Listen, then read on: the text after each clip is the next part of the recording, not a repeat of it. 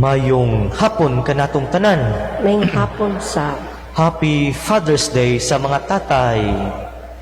Happy Father's Day po kanamo mga pari, spiritual father. Kumusta ka mo? Salamat sa Dios. Adunay istorya sa usa ka pari bahin sa usa ka obispo.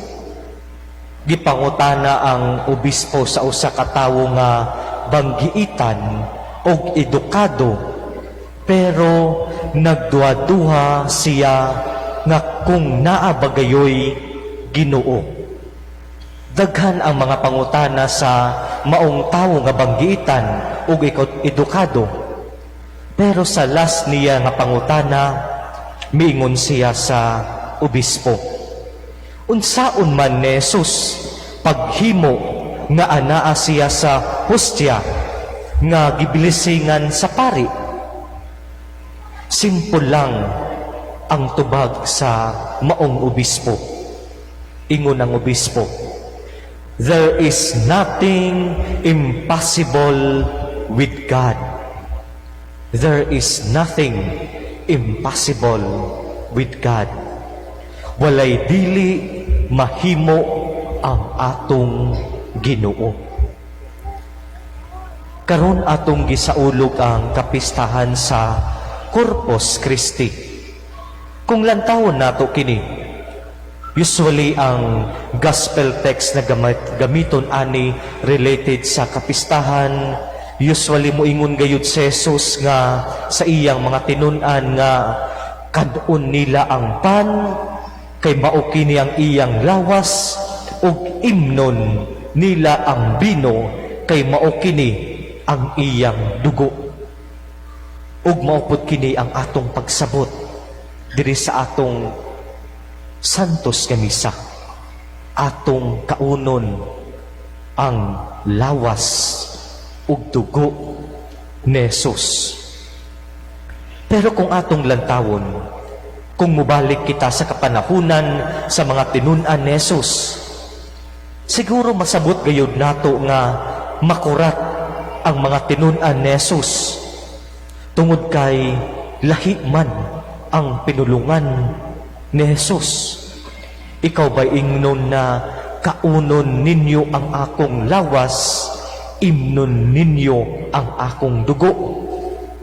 Kinsa may dili makurat ani? Siguro kung naay mga tawo nga nakadungog niini nga dili kaila nila si Jesus o ang iyang mga tinun-an, base moingon siguro sila nga mga ungo man siguro kini, mga kikik, kay mukaon man sila og tawo. Pero kung atong balikan ang meaning niini, moingon gayud kita nga Jesus is not speaking on cannibalism, kundili ang unod o dugo na iyang gipasabot, nagtumong gayud kini sa paghalad niya sa iyang kaugalingon sa dambana sa krus. Mao kini ang iyang pagpakasakit, pagpakamatay sa krus.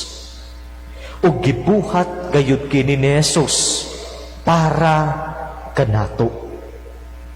Mao nang pinaagi sa Eucharistia, pinaagi sa Santos nga Misa, kita gayud gipahinumduman gayud sa nabuhat ni Jesus.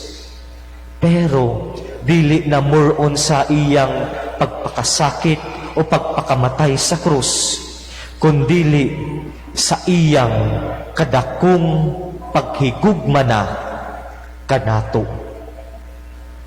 Ug pinaagi sa niining misa, ma-feel gayud nato ang iyang gugma. Ug pinaagi niining misa, dawaton gayud nato si Jesus sa atong kinabuhi.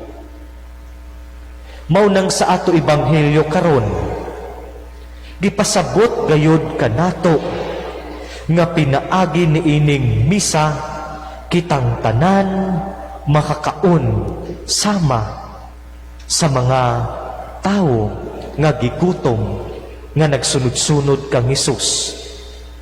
Pero dili lang mukaon og mabusog, kundili pagkaon kini para sa atong mga kalag. Para sa atong mga kalag. Maugid kini ang pagkaon nga kita makontento gayod ug wala nay lain hanapon pa. Tungod kay kini na pagkaon dili lang kini ordinaryo lang na hostya nga atong gidawat, kundili si Jesus mismo, siya mismo ang atong gikaon, siya mismo ang atong gidawat. Pero lisod gayud hunahunaon giun sa paghimo kini, sama lang kini sa pangutana sa maong banggiitan og edukado nga tawo.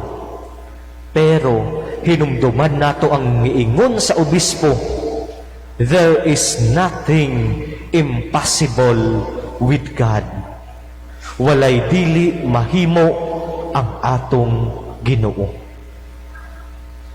Mao nang sa ato ebanghelyo pod karon, gipakita gayud ni Jesus nga walay imposible pag kita musangpit sa atong Dios.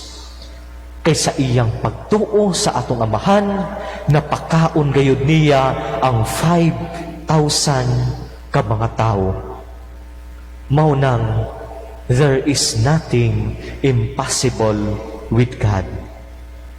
Mao nang sa atong misa, sa pag-attend nato per misa-misa, hinaut unta na himuon gayud nato kining banal, himuon gayud nato kini na sagrado.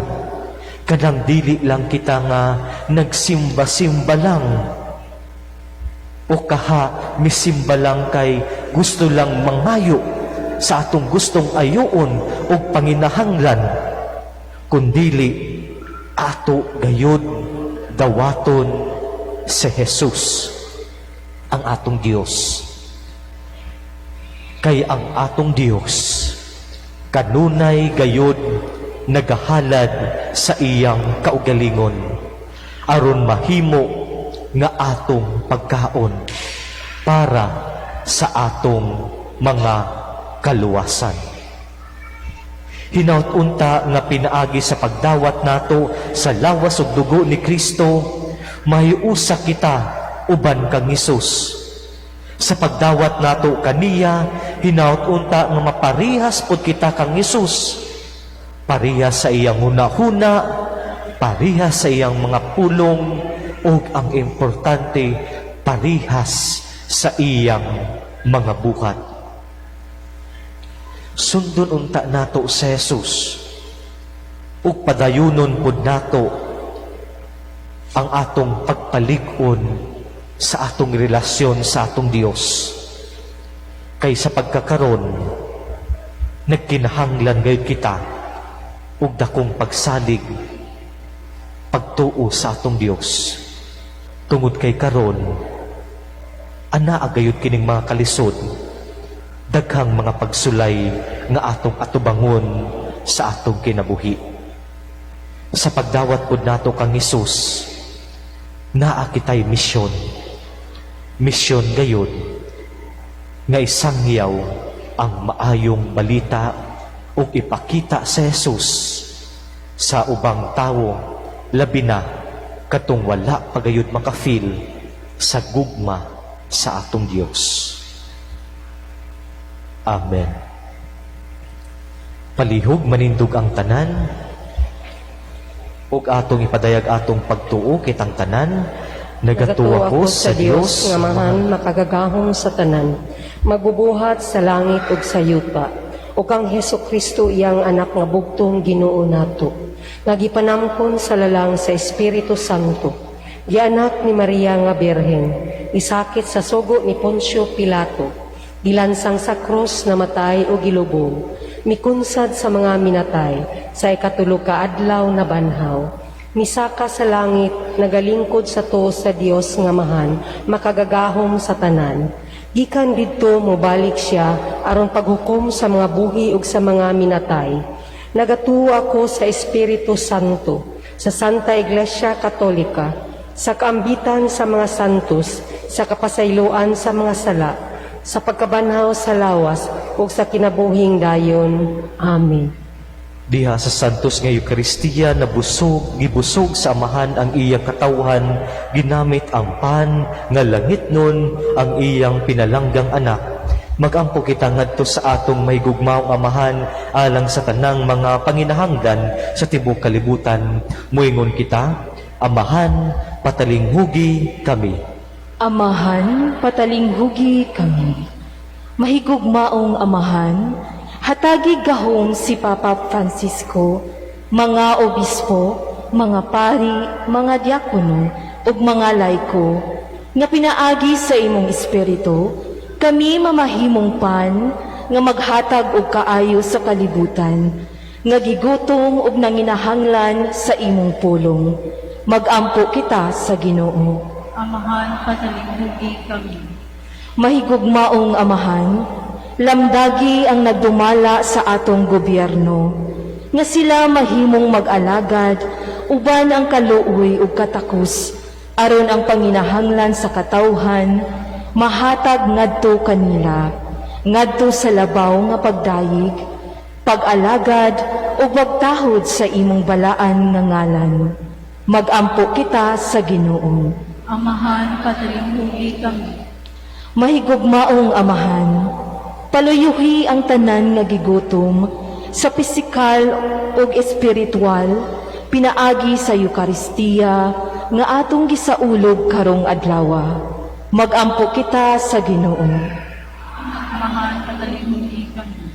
Mahigugmaong amahan, hinaot nga ang atong Eukaristikanhon nga pagkaon, magdasig ka nato pinaagi sa gugma, nga nangita sa kalipay o panag-ambit, sa gitinguhang panaghiusa, o kalipay nga nagpaabot sa langitnong bangkete. Magampo kita sa Ginoo. Amahan, patalinghugi kami. Mahigugmaong amahan, hinaot nga ang mga sulugoon sa Dios, Obispo Teofilo Camumot ug Padre Joe Chevalier, mabayaw na sa kadungganan sa altar. Magampo kita sa Ginoo. Amahan, patalinghugi kami. Mahigugmaong amahan, dawata ang among mitaliwan nga mga minahal diha sa imong langitnong bangkete. Hinaot nga ang ilang pamilya makakaplag og kalinaw ug kahupay diha kanimo. Magampo kita sa Ginoo. Amahan, patalinghugi kami. Labing manggihatagong amahan diya sakramento sa Eukaristiya, gisangkapan mo kami sa tanan namong ikinahanglan, pinagi sa imong hamiling gasa ang imong anak. Dawata ang among mga pangamuyo, pinaagi kaniya, nga buyog hari, hangtod sa kahangturan. Amen.